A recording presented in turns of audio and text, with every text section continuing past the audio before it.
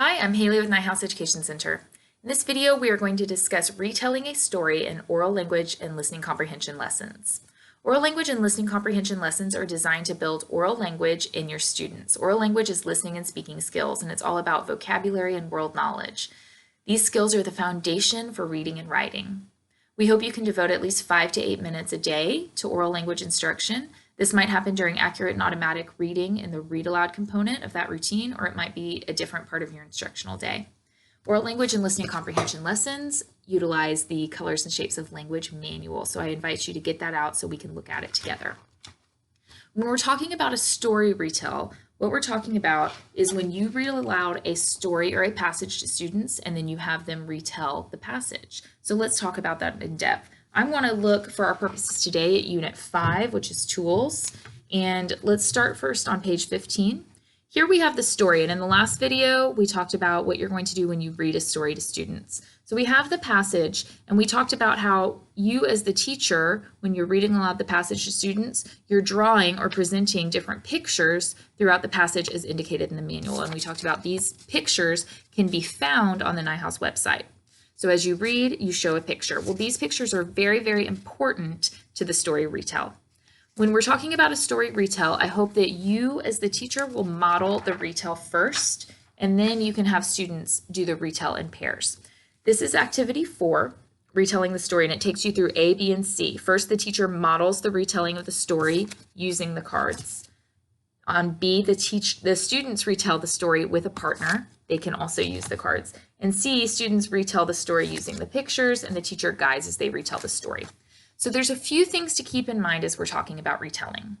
As the teacher, before you even read the passage to students, I would hope you would think about different vocabulary words that you would want students to make sure they use in their retell.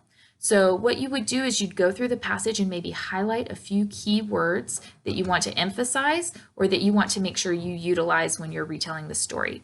Then when you're modeling your story, you'll make sure to use those vocabulary words in your model. Hopefully when students then are modeling, they will use those same vocabulary words. The other thing I want to emphasize is these cards. When you're modeling with these cards, show the cards. Students can then have their own picture cards in pairs. These are on the Neuhaus website, so you could print copies for each pair of students, and they could have them in their hands to help them retell the story. The timing on this part of your lesson should really only take 1 or 2 days, depending on how experienced students are with retelling stories. If it's the first time that you're taking them through this routine, obviously it's going to take a little longer, but as students are used to listening for the key points and retelling using the picture prompts, then it will become a faster activity. One other thing I want to go over before we talk about where you can find more information is a retelling rubric.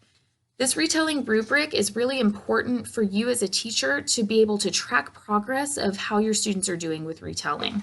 So it takes you through beginning to exemplary, and it gives examples all about, is the student using complete sentences? Are they capturing the salient ideas? Are they sequencing events correctly? Are they incorporating appropriate vocabulary? And are they retelling the passage with prosody or with fluency? So if you're finding students are struggling with any or all of those different components of retelling a story, that would be something that you would want to explicitly teach and model for students in your retell to help build their capacity for doing the same in their own retells.